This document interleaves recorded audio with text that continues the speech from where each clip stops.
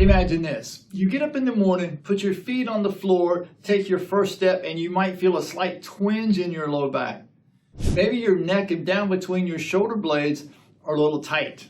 You may think that you maybe slept the wrong way, or possibly it's just a sign of getting older. But what if I told you that the real villain of those aches and pains could be your feet?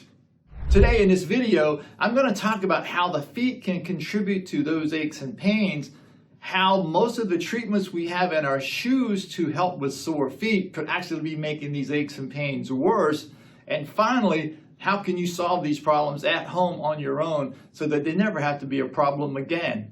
Stay tuned. Welcome back to the Muscle Repair Shop. Today I want to talk about how your feet and actually how your gait contributes to things like low back pain, knee pain, hip pain, neck and shoulder pain, mid-back pain. Everything starts really at your feet. And so when we start looking at the foot itself, there's the little things that we need to keep in mind. Number one, each foot has 29 muscles, 26 bones, and 33 joints. That's a lot going on there. But it has to be that way to stabilize us so that we can have better balance and that we can propel ourselves forward as we walk. Too many times, of course, I'm a muscle nerd, I would love to watch people walk. And what I see for so many people is that they tend to take shorter strides, number one, and also they lead with their nose almost automatically. And so why do people do that? When I started really digging in and looking at research studies and then looking on my own, what I realized was that for most people, they can't take a full stride the way they're supposed to because their ankles can't bend beyond 90 degrees. So if you think about it, the ankle gets to 90 degrees, that doesn't even get your leg going behind you, so as you step forward, you actually can power yourself by the back foot. Think about ice skater. An ice skater, if you watch them, of course, they zigzag across the ice, but they push off with the back foot, catch themselves with the front foot. But when we're walking, that's really what we want to be able to do. But to be able to do that, we have to be able to allow the ankle to bend beyond 90 degrees so the back leg can come behind our torso as we're walking and push ourselves there. So when I talk about a shorter gait, many times people misinterpret it as they need to stretch their legs out for a longer gait. That doesn't work out so well. And the reason for that is that as they stretch their gait out, they will hit with their heel first and then pull themselves forward. And when you watch that, as they pull themselves forward, they lead with their nose and not their belly button. And so that's important. So when we look at a person actually walking, it's not necessarily the length of the gait as it is the mechanics of the walking itself. And so when we start to walk, again, we want to push off from that back foot, which means the arch of the foot has to be strong, the toes have to be flexible, the ankle has to be flexible, the calves have to be flexible so that your ankle can bend and actually use your toes. And then that becomes important. So why can't we just do that? Well, many times people may have sore feet. Their arches may hurt, their heels may hurt, their toes may hurt, and we get into shoes that are trying to treat that. Now, the way all of that started was that many of the shoes that you go out and buy today have tapered toe boxes or maybe really pointy toe boxes in the case of cowboy boots and women's high heels. And then when you have that happen and it's crunching the toes up, you have a hard leather sole which does not bend, so that makes the arch muscle itself not actually work, which can cause it to atrophy. And typically shoes like that will have heels on them, anywhere from a 1-inch heel for men's shoes all the way up to a 5 or 6-inch heel for women's shoes.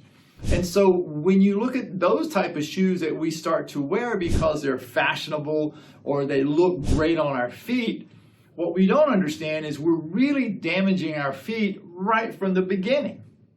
Over time, you may have arches that start to hurt, especially once they've started to atrophy quite a bit, and you want to walk across the floor barefoot.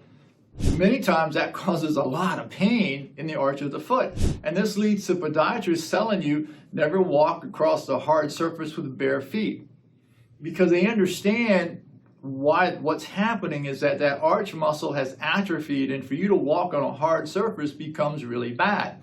However, you can reverse that without going to things like orthotics or hard inserts or thick sole shoes.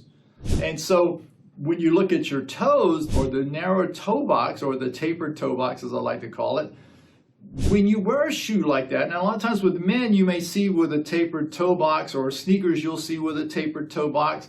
For women with high heels or men with cowboy boots, the toe box is very pointed. Several things happen there. Number one, you're jamming your toes together, so when you stand on your foot, the foot is supposed to spread so that you can have some balance. Secondly, when you wear especially a pointy toe shoe, if you notice people who do that, their feet tend to splay outward when they walk. This actually locks the hips in what's called external rotation, which can actually cause damage to the hips later on in their life. Again, when you go back to either a leather sole on a shoe that doesn't bend, or you have a sneaker with a really thick sole on it and that doesn't bend at the arch of the foot, what happens there is that causes the arch muscle itself to atrophy because it's not being used, and it prevents the ankle from bending more than 90 degrees.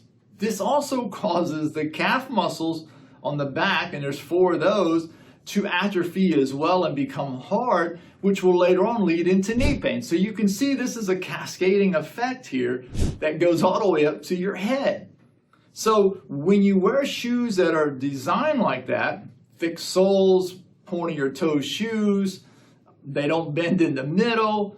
And so when you see that person, when they're walking, will usually lead with their nose, which leads them to head forward posture. So as you can see, when the feet are not working properly, it affects everything above it all the way up to your head.